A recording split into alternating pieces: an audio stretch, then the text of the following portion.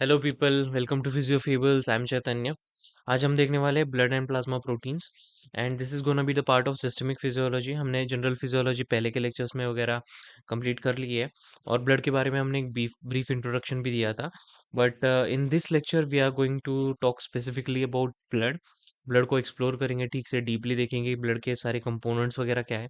Plasma proteins देखेंगे क्योंकि plasma proteins कई बार कंफ्यूजिंग हो जाते हैं और इस लेक्चर के बाद आपको ये सारी कंसेप्ट्स क्रिस्टल क्लियर हो जाएंगी। This is going to be a very short lecture but also in detail. Okay, let's begin. Now, blood. Blood क्या होता है? Blood is a connective tissue which fills the heart and the blood vessels. और ये सारे organs को connect करने का काम करता है basically with the help of transport of nutrients and messengers and hormones और सेल सिग्नल्स जो होते हैं उनके ट्रांसपोर्ट की वजह से blood is specialised type of loose connective tissue. और blood is bifurcated into formed elements and plasma. ठीक है, ब्लड के दो कंपोनेंट्स हैं, फॉर्म्ड एलिमेंट्स हैं हमारे और प्लाज्मा है। Now what is difference between formed elements and plasma? Formed elements में जो भी सेल्स होंगे वो सारे सेल्स फॉर्म्ड एलिमेंट्स में आएंगे। मतलब कि सस्पेंडेड जो भी सेल्स है ब्लड में, they come under formed elements. Now we have got RBC, WBC, platelets. Okay, RBC कैसा होता है? आरबीसी इज अपना typically biconcave, okay, biconcave cell which helps in transport of oxygen, carbon dioxide, and also various types of nutrients, right? WBC क्या है? WBC is और immunity cell. तो ये काम क्या करता है? बेसिकली इम्यूनिटी का जो फंक्शन होता है वो WBC के पास होता है। And WBC is not a specific kind of cell, but इसको डिफरेंशिएट किया गया है हमने इनटू ग्रैन्युलोसाइट एंड ए ग्रैन्युलोसाइट। ग्रैन्युलोसाइट में न्यूट्रोफिल, बेसोफिल और इसिनोफिल्स में कन्वर्जन इसका, ठीक है। और ए ग्रैन्युलोसाइट में मोनोसाइट एंड लिम्फोसाइट। अब इनका बाइफरकेशन कैसे किया हमने? ग्रैन्युलोसाइट इनटू ए ग्रैन्युलोसाइट। बेसिकली ग्रैन्यूल्स जिसमें प्रेजेंट थे वो हो गया ग्रैन्युलोसाइट, और जिसमें ग्रैन्यूल्स एब्सेंट थे वो हो गया हमारा ए ग्रैन्युलोसाइट। ऑलराइट, यहाँ पे आता है neutrophil, basophil, eosinophil. Neutrophil is basically irregular shape, ये ग्रैन्यूल्स दिख रहे हैं आपको, और ये इरेगुलर शेप न्यूक्लियस। बेसोफिल, इसका एस शेप होता है, एस ऐसा करके शेप होता है या फिर इरेगुलर ही होता है ये। And eosinophil, it is biconcave, ठीक है, मतलब bilobed, sorry not biconcave, bilobed nucleus है हमारा, ठीक है। अब न्यूट्रोफिल्स जो होता है, it is the first responder during any infection.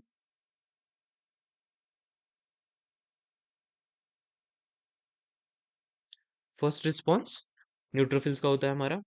Basophils, it is mainly associated with parasitic infections.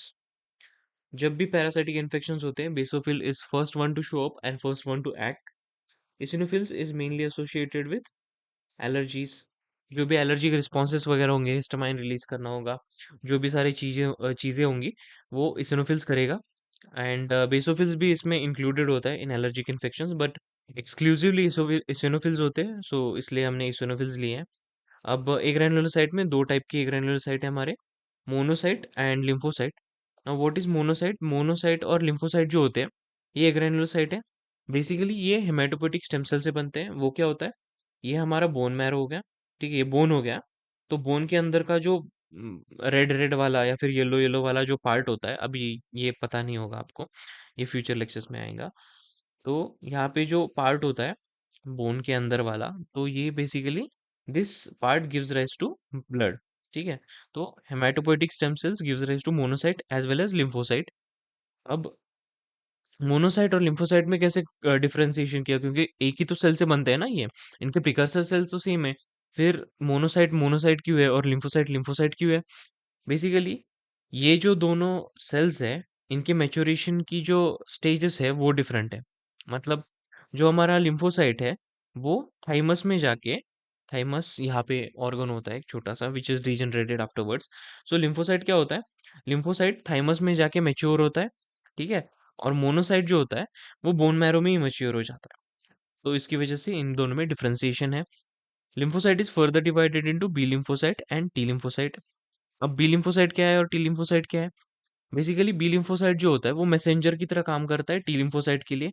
जब भी कोई एंटीजन आता है, बी लिम्फोसाइट उसको पकड़ लेता है और उसको टी लिम्फोसाइट को प्रेजेंट कर देता है। So this is differentiation between B and T lymphocyte. अब यहाँ पे अगर आप नोटिस करोगे तो दो चीजें हमने मेंशन नहीं की है, that is macrophage and plasma cell. ठीक है, अब क्या होता है मैक्रोफेज? बेसिकली मोनोसाइट जब भी टिश्यूज में एंटर करता है, ठीक है, मोनोसाइट जब भी टिश्यूज में एंटर करता है, तो टिश्यूज में एंटर करने के बाद it converts into macrophage. Okay, monocyte converts into macrophage, और बी लिम्फोसाइट जो है वो प्लाज्मा सेल में कन्वर्ट हो जाता है, और प्लाज्मा सेल एंटीजेंस को डिस्ट्रॉय कर देता है। टी लिम्फोसाइट में भी बहुत सारे टाइप्स हैं, but for this level we don't require that much deep of knowledge for T lymphocyte. तो यहाँ तक काफी है। Let's move on to the third category, that is the platelets. ठीक है, what are the platelets? Platelets are the fragments of megakaryocyte. ठीक है, मतलब एक बड़ा सा सेल था मेगाकैरियोसाइट, वो टूट गया और उसके जो फ्रैगमेंट्स थे वो प्लेटलेट बन गए। ठीक है, यहाँ पर भी देखोगे तो ऐसे टूटे हुए टुकड़ों जैसे दिखते ही है। इनमें सेल नहीं, मतलब इनमें न्यूक्लियस नहीं होता, सॉरी, इनमें न्यूक्लियस नहीं होता। इनमें बस साइटोप्लाज्म वगैरह प्रेजेंट होता है, और इनका मेन फंक्शन क्या होता है कि जब भी कोई इंजरी होती है, ठीक है, वूंड हो गया, इंजरी हो गई, तो वहां पे ये एक्यूमुलेट हो जाते हैं, और ये सेल्स कवर कर लेते हैं, फ्रैगमेंट जैसे कवर कर लेते हैं, यहाँ पे एक्यूमुलेट हो जाएंगे फ्रैगमेंट जैसे, और पूरे वूंड को ये कवर कर देंगे। ठीक है, so that is basically platelets.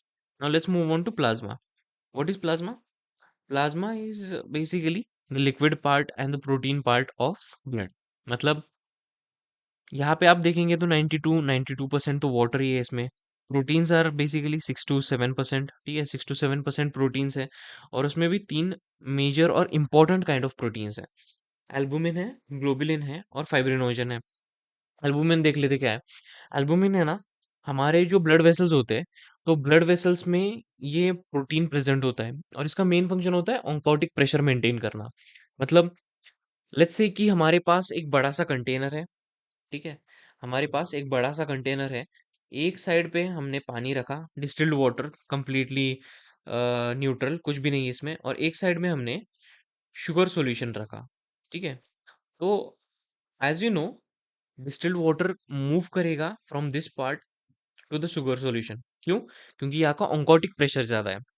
मतलब जहाँ पे भी कॉन्सेंट्रेशन ज्यादा होगा, वहां पे अपना जो ब्लड है या फिर फ्लूइड्स है वो मूव करेंगे to equalize the concentration, given कि वहां पे सेमी परमेबल मेम्ब्रेन है। अब हमारे भी ब्लड वेसल्स हैं, एक्स्ट्रा सेल्यूलर, सॉरी, यहाँ पे सेल्स है, ठीक है, जो ब्लड के वेसल्स के बाहर के रीच के, यहाँ पे इंटरस्टिशियल फ्लूइड जाएगा, हमारा प्लाज्मा जाएगी, इंटरस्टिशियल फ्लूइड जाएगा। ठीक है, तो ये क्या करेगा, ये जो बाहर गया हुआ फ्लूइड है उसको वापस लाने का काम करेगा। ये यहाँ पे एक प्रेशर बनाता है, ऐसा प्रेशर बनाता है कि फ्लूइड को वापस आना पड़ता है ब्लड वेसल्स में। सो बेसिकली एल्बुमिन क्या करता है, it maintains the oncotic pressure. ठीक है, ग्लोबुलिन क्या है? Globulin is associated with immunity.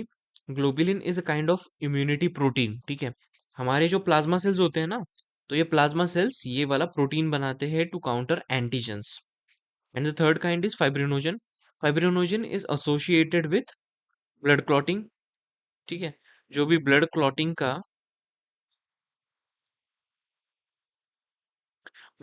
का जो भी हमारा प्रोसेस होता है उसमें फाइब्रिनोजन बहुत इंपॉर्टेंट होते हैं, because these are the cells which initiate the process of blood clotting. अब देख लेते हैं एक बार थ्योरी पार्ट थोड़ा सा। Composition of the blood, it consist of formed elements and plasma. Formed elements होते हैं, प्लाज्मा होते हैं, हमने ऊपर देख लिया। What are the functions of the blood? Respiration, CO2 O2 को ट्रांसपोर्ट करता है फ्रॉम लंग टू टिश्यूज। ठीक है, tissues to lung. Transport medium, as I said, temperature regulation, जब भी इंटरनल ऑर्गन्स का टेम्परेचर बढ़ जाता है क्योंकि हमें हीट होने लगता है ना, तो ब्लड हमारे स्किन में से जब भी पास होता है, तो ब्लड वेसल्स वेसो वेसो डाइल्यूशन करते हैं, जिसकी वजह से evaporative cooling type of cooling होती है ऊपर से, और अ, मतलब बेसिकली टेम्परेचर रेगुलेशन का जो काम होता है वो ब्लड वेसल्स करते हैं। आप समझ गए होंगे। एक्सक्रीटरी फंक्शन, ब्लड, किडनी जो होती है हमारी किडनी, ब्लड से ही तो सारे एक्सक्रीटरी प्रोडक्ट्स है वगैरह वो बाहर निकालती है। Water homeostasis, because of albumin वगैरह जो होते हैं, तो ब्लड एक काम करता है कि प्रॉपर अमाउंट ऑफ मतलब ऑस्मोलर कॉन्सेंट्रेशन का जो भी फ्लूइड है ब्लड वेसल्स में वो मेंटेन रहे। एसिड बेस बफर्स, ज़्यादा एसिडिक या ज़्यादा बेसिक नहीं होने देता ब्लड को। Immunity because it contains WBC and B lymphocyte, T lymphocyte जो भी कंपोनेंट्स है वो। Now the total blood volume is about 5 to 6 litres. ठीक है। तो plasma contains protein, water, inorganic substances. Inorganic substances मतलब कैल्शियम, पोटेशियम, सोडियम, जो भी सस्पेंडेड इनऑर्गेनिक केमिकल्स हैं वो। Now serum, what is serum? Serum के बारे में भी हम पढ़ते हैं बट पता नहीं चलता कभी कभी। Serum is basically plasma without clotting factors. Clotting factors मतलब हमारा जो फाइब्रिनोजन होता है उसके बिना जो भी हमारे प्लाज्मा होती है दैट इज सीरम। अभी हमने ऊपर देखा, so I don't think there is need of much explanation. Albumin is the major constituent, smallest in size amongst the three, smallest in size. ठीक है, इतना भी स्मॉल नहीं है ये, ब्लड वेसल से मूव नहीं करता। And one of the main thing is जब भी कोई भी किडनी की एबनॉर्मलिटी होती है ना, तो आप देखोगे कि यूरिन में एल्बुमिन वगैरह दिखता है। जब भी इडीमा होता है मतलब excessive fluid accumulation in the extremities, और sorry not in the extremities but extracellularly बहुत फ्लूइड एक्यूमुलेट हो जाता है, हाथ वगैरह फूल जाते हैं, तब एल्बुमिन का जो कॉन्सेंट्रेशन है, बैलेंस है, वो बिगड़ जाता है। उसकी वजह से बेसिकली ये सारी चीजें होती हैं। Globulin is the immunity protein. It is divided into alpha, beta, gamma based upon the functions. Alpha, beta और गामा में डिवाइडेड है। It is a transport protein.